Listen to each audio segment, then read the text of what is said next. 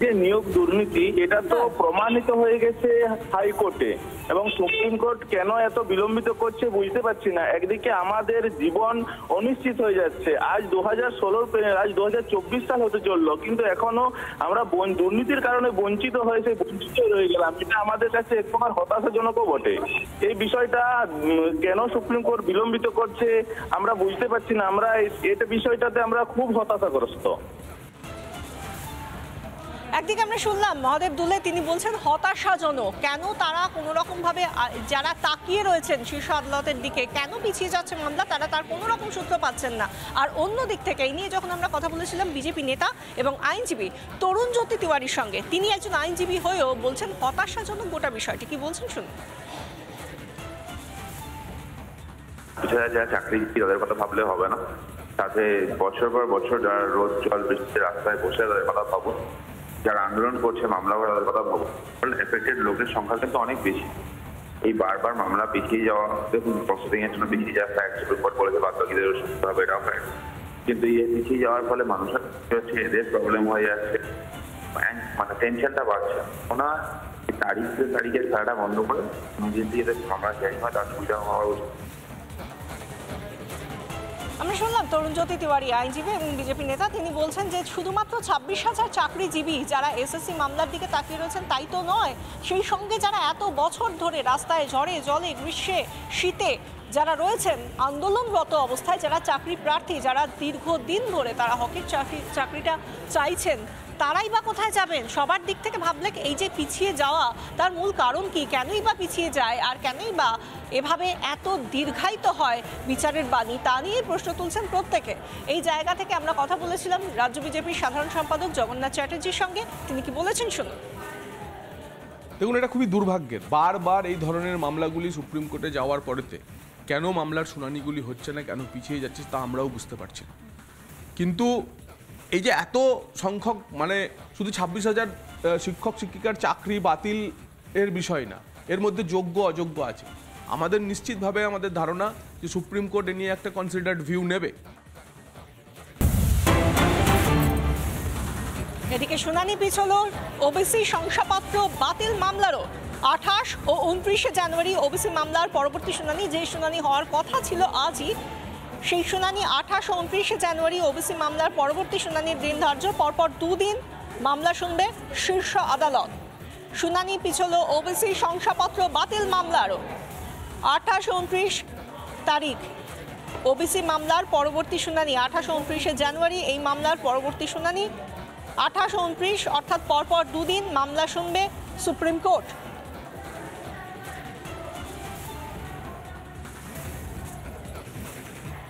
এই নিয়ে আমরা কথা বলেছেন রাজ্য বিজেপির সাধারণ সম্পাদক জগন্নাথ চ্যাটার্জির সঙ্গে, তিনি কি জানিয়েছেন শুনুন। আমরা তো চাই যে কিভাবে ওবিসি সংরক্ষণের যে বাতিল সার্টিফিকেট হওয়া, ধর্মের ভিত্তিতে হওয়া ওবিসি সংরক্ষণ দ্রুত এখানে কার্যকর করা হোক, যাতে কোনোভাবেই এখানে হচ্ছে যে ধর্মের ভিত্তিতে যারা সংরক্ষণের সুবিধা পেয়েছে তারা সেই সুবিধা ভবিষ্যতে পেতে না পারে। তো এই ব্যবস্থাগুলি ঝুলে থাকার ফলে মানুষের মধ্যে অনেক সংশয় তৈরি হয়েছে। আমার ধারণা সর্বোচ্চ আদালত পশ্চিমবঙ্গের বাঙালির সমাজের যে আবেগ, বাঙালি সমাজের যে চিন্তা ভাবনা, তার দিকে নজর দেবে এবং এই নিয়ে দ্রুত বিচার প্রক্রিয়া সম্পন্ন করবে। আমাদের সঙ্গে এই নিয়ে কথা বলার জন্য এই মুহূর্তে রয়েছেন আইনজীবী ফিরদৌস শামীম, সরাসরি টেলিফোন লাইনে আমাদের সঙ্গে রয়েছেন। ফিরদৌস বাবু, আপনাকে স্বাগত জানাবো আমাদের রিপাবলিক বাংলা। এবং সেই সঙ্গে যে দুটো মামলার দিকে এত মানুষের নজর রয়েছে, তার মামলার দিন পিছিয়ে যাচ্ছে, শুনানির দিন পিছিয়ে যাচ্ছে, এইটা কেন, কিসের জন্য বারবার, আর কতদিন ওয়েট করতে হবে মানুষকে? একদিকে ওবিসি মামলা, অন্যদিকে এসএসসি মামলা, আর কতদিন মানুষকে অপেক্ষায় থাকতে হবে? দেখুন, যে স্কুল সার্ভিস কমিশনের যে মামলাটি ছিল, সেই মামলাটি এর আগের দিন দুজন বিচারপতি, প্রধান বিচারপতি সহ অপরজন যে বিচারপতি শুনেছিলেন সারা দিন। আজকে কিন্তু বেঞ্চ কম্পোজিশন চেঞ্জ হয়ে গেছে, আজকে 3 জন বিচারপতি রয়েছে। ফলে একজন নতুন অ্যাডিশনাল বিচারপতি আসার জন্য যদি তাকে আবার শোনাতে হয় তাহলে আবার প্রথম থেকে শুরু করতে হবে। ফলে কারণ তিনি এর আগের দিনের আর্গুমেন্ট শুনেননি, ফলে এটা এই যেহেতু বেঞ্চ কম্পোজিশন চেঞ্জ হয়ে গেছে, ফলে ওই কম্পোজিশনের বেঞ্চ যে দুজন বিচারপতি এর আগের দিন শুনেছিলেন সেই দুজন বিচারপতি যেদিন বসবেন সেই দিন ডেট দিয়েছে, অর্থাৎ আগামী 15 জানুয়ারি। এটা একবার সম্পূর্ণ প্রসিডিউরাল বিষয়, এটা একেবারে পিছিয়ে যাওয়া নিশ্চিত ডেট হিসেবে পিছিয়ে গেছে, কিন্তু এটাকে ওইভাবে পিছিয়ে দিল এরকম না শুনে এরকম বিষয়টা ভাবার কোনো কারণ নেই। এবং ওবিসি ম্যাটারটি নিশ্চিতভাবেই পরের দিন ডেট হয়েছে। ডিএ ম্যাটার যেটা রয়েছে সেটাও এখন আইটেম নাম্বার 20 চলছে, আর সেটিও আমরা অপেক্ষা করছি, আশা করবো তার শুনানি হবে। হ্যাঁ, নিশ্চিতভাবে সার্ভিস কমিশন এবং ওবিসি মামলা ডেট পিছিয়ে গেছে, কিন্তু সেটা সম্পূর্ণভাবে টেকনিক্যাল কারণে এবং আদালতে এটা হয়েই থাকে। এর জন্য বিচার পেতে বিলম্ব হচ্ছে, এটা ভাবার কোনো কারণ একজন আইনজীবী হিসেবে কথা বলছেন যে টেকনিক্যালিটিস থাকে, কিন্তু এই টেকনিক্যালিটিস এর জন্য এতগুলো মানুষ তাদের জীবন এত দিন ধরে দীর্ঘায়িত হচ্ছে, তাদের ক্যারিয়ার, তাদের নিয়োগ আদৌ থাকবে কিনা একদিকে, আর অন্যদিকে যারা হকের নিয়োগ তারা পাবেন কবে, তাই নিয়ে এত প্রশ্ন। এর উত্তরটা কে খুঁজবে?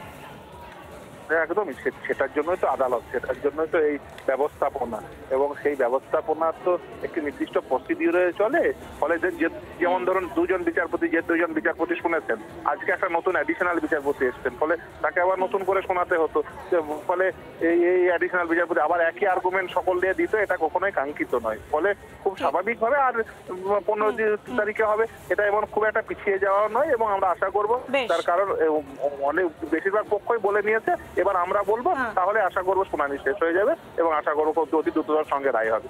ঠিক, আমরা আশাবাদী। অনেক ধন্যবাদ ফিরদৌস। আমরা কথা বলছিলাম, আইনজীবী ফিরদৌস শামীম ছিলেন আমাদের সঙ্গে।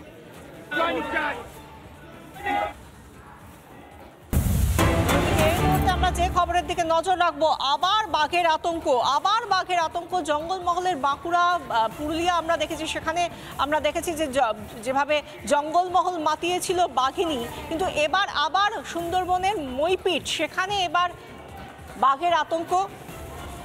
এবার মইপিঠে বাঘের আতঙ্ক। গতকাল থেকে আতঙ্কে মইপিঠের বাসিন্দারা। সকালে বন দফতরের কর্মীদের ঘিরে ধরে তারা বিক্ষোভ দেখান। আতঙ্কিত এলাকাবাসীর বিক্ষোভ। গতকাল বাঘের পায়ের ছাপ দেখেন গ্রামবাসীরা।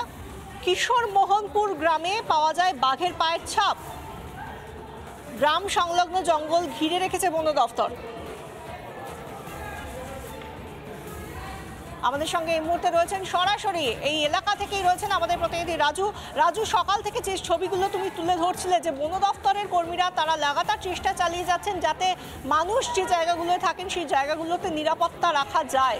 এখনো পর্যন্ত কি পরিস্থিতি? আতঙ্কে রয়েছেন সাধারণ মানুষ?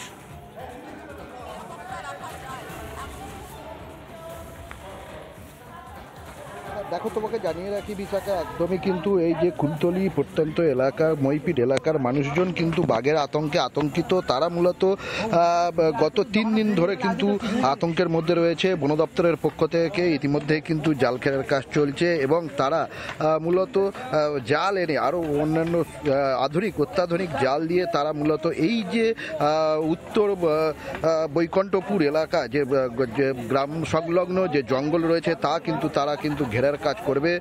এছাড়াও এখানে কিন্তু বন দপ্তরের আধিকারিকরা রয়েছে, রেঞ্জার অফিসার এবং এডিএফও অনুরাগ ঠাকুর সহ অন্যান্য বন দপ্তরের আধিকারিক এবং মইপিঠ কোস্টাল থানার আধিকারিকরা রয়েছে। তবে গ্রামবাসীরা তারা কিন্তু ইতিমধ্যেই কিন্তু আতঙ্কিত হয়ে রয়েছে, যেহেতু গত 3 দিন ধরে অর্থাৎ পরশু বা গতকাল এবং আজ এই নিয়ে কিন্তু তারা রাত্রে বাইরে বেরোতে পারছে না, আতঙ্কের মধ্যে দিন কাটছে। এলাকার মানুষজন তারা বন দপ্তরের আধিকারিকদের কাছে দাবি কাটে না মানুষের, খুব স্বাভাবিকভাবেই আমরা সেটা এর আগেও দেখেছি জঙ্গলমহলে বাঘ ধরার আগে পর্যন্ত। অনেক ধন্যবাদ রাজু, আমাদের সঙ্গে ছিলেন আমাদের প্রতিনিধি রাজু। নানা ধরনের কন্টেন্ট দেখার জন্য লাইক করুন, শেয়ার করুন আমাদের ফেসবুক পেজ, সাবস্ক্রাইব করুন আমাদের ইউটিউব চ্যানেল। পাশাপাশি অন্যান্য ব্রেকিং নিউজের জন্য অবশ্যই চোখ রাখুন রিপাবলিক বাংলায়।